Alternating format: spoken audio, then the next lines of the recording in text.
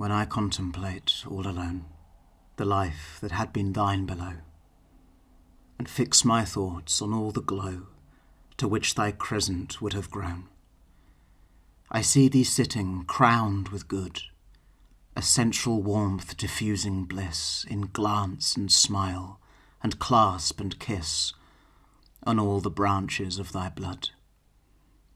Thy blood, my friend, and partly mine, for now the day was drawing on when thou shouldst link thy life with one of mine own house, and boys of thine had babbled uncle on my knee.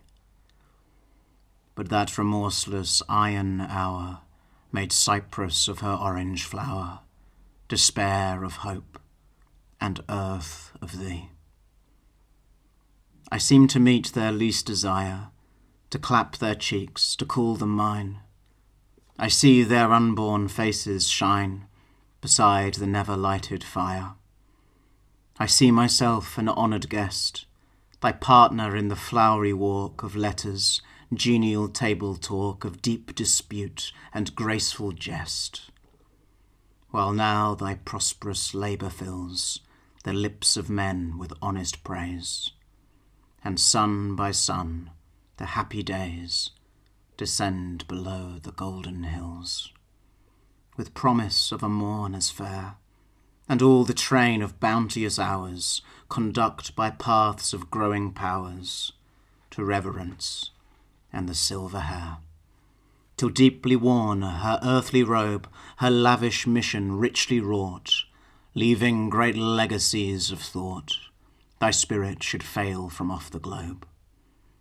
What time mine own might also flee, as linked with thine in love and fate, and hovering o'er the dolorous strait to the other shore, involved in thee, arrive at last the blessed goal, and he that died in holy land would reach us out the shining hand, and take us as a single soul.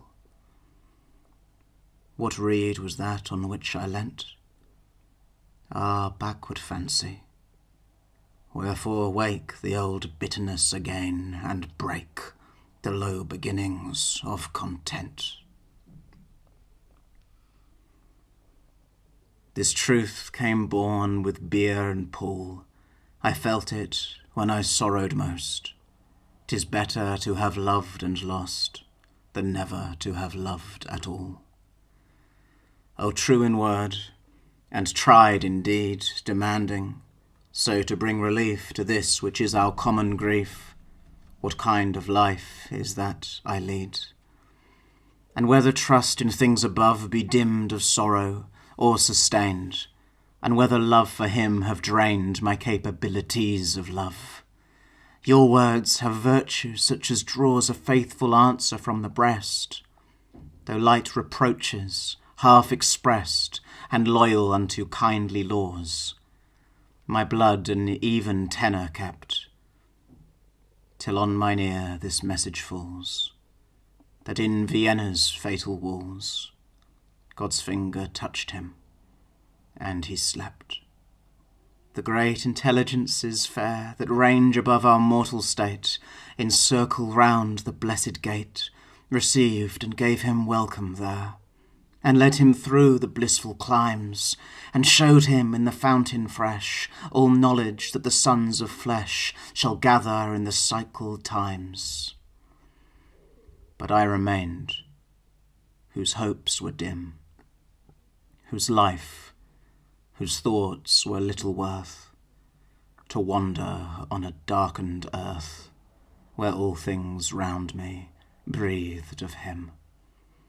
O friendship, equal poised control, O heart, with kindliest motion warm, O sacred essence, other form, O solemn ghost, O crowned soul! Yet none could better know than I how much of act at human hands the sense of human will demands, by which we dare to live or die.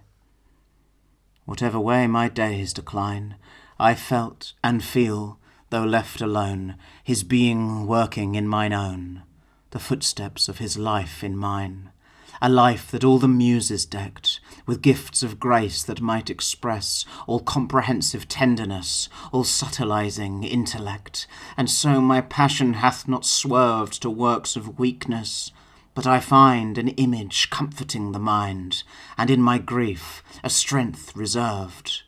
Likewise the imaginative woe that loved to handle spiritual strife, diffused the shock through all my life, but in the present broke the blow. My pulses therefore beat again, for other friends that once I met, nor can it suit me to forget the mighty hopes that make us men. I woo your love. I count it crime to mourn for any overmuch. I, the divided half of such a friendship as had mastered time, which masters time indeed, and is eternal separate from fears. The all-assuming months and years can take no part away from this, but summer on the steaming floods, and spring that swells the narrow brooks, and autumn with a noise of rooks that gather in the waning woods, and every pulse of wind and wave recalls in change of light or gloom my old affection of the tomb, and my prime passion in the grave. My old affection of the tomb, a part of stillness, yearns to speak.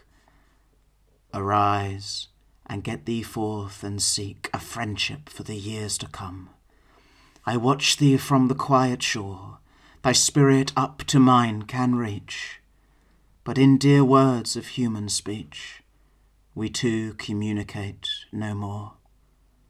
And can clouds of nature stain the starry clearness of the free? How is it? Canst thou feel for me some painless sympathy with pain? And lightly does the whisper fall. 'Tis hard for thee to fathom this. I triumph in conclusive bliss, and that serene result of all. So hold I commerce with the dead, or so methinks the dead would say, or so shall grief with symbols play, and pining life be fancy fed. Now looking to some settled end, that these things pass, and I shall prove a meeting somewhere, love with love, I crave your pardon, O my friend.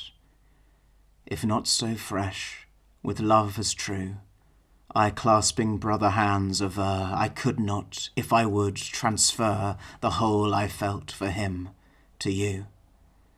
For which be they that hold apart the promise of the golden hours, first love, first friendship, equal powers that marry with the virgin heart, still mine, that cannot but deplore, that beats within a lonely place, that yet remembers his embrace, but at his footstep leaps no more.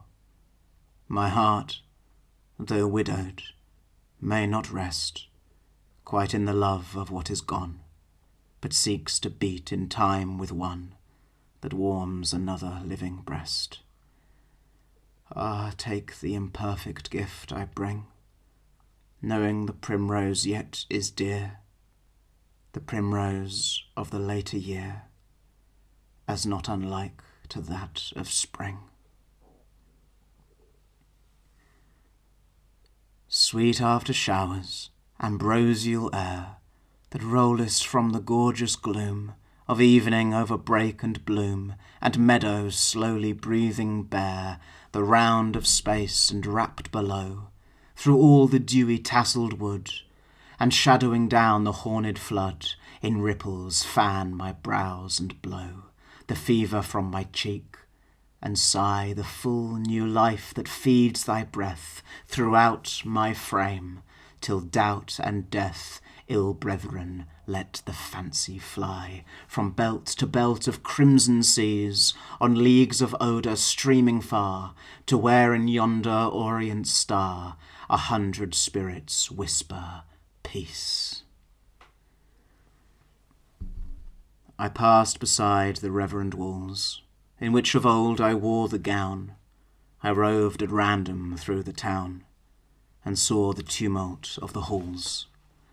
and heard once more in college fanes the storm their high-built organs make, and thunder music rolling shake the prophet blazoned on the panes, and caught once more the distant shout, the measured pulse of racing oars among the willows, paced the shores, and many a bridge, and all about the same grey flats again, and felt the same, but not the same, and last up that long walk of limes I passed, to see the rooms in which he dwelt. Another name was on the door. I lingered.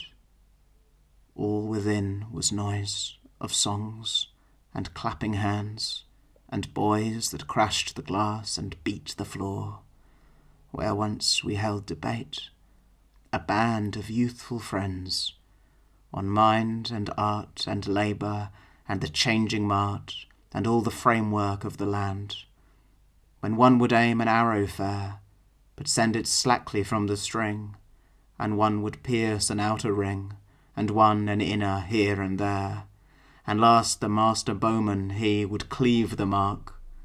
A willing ear we lent him, who but hung to hear the rapt oration flowing free. From point to point, with power and grace, and music in the bounds of law, to those conclusions when we saw the God within him light his face, and seem to lift the form and glow in azure orbits heavenly wise, and over those ethereal eyes the bar of Michelangelo.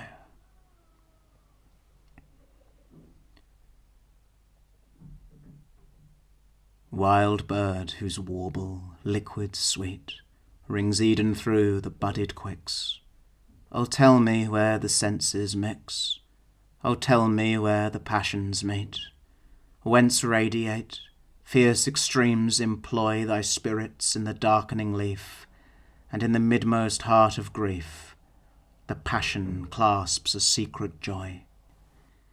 And I, my harp would prelude woe, I cannot all command the strings, the glory of the sum of things will flash along the chords and go.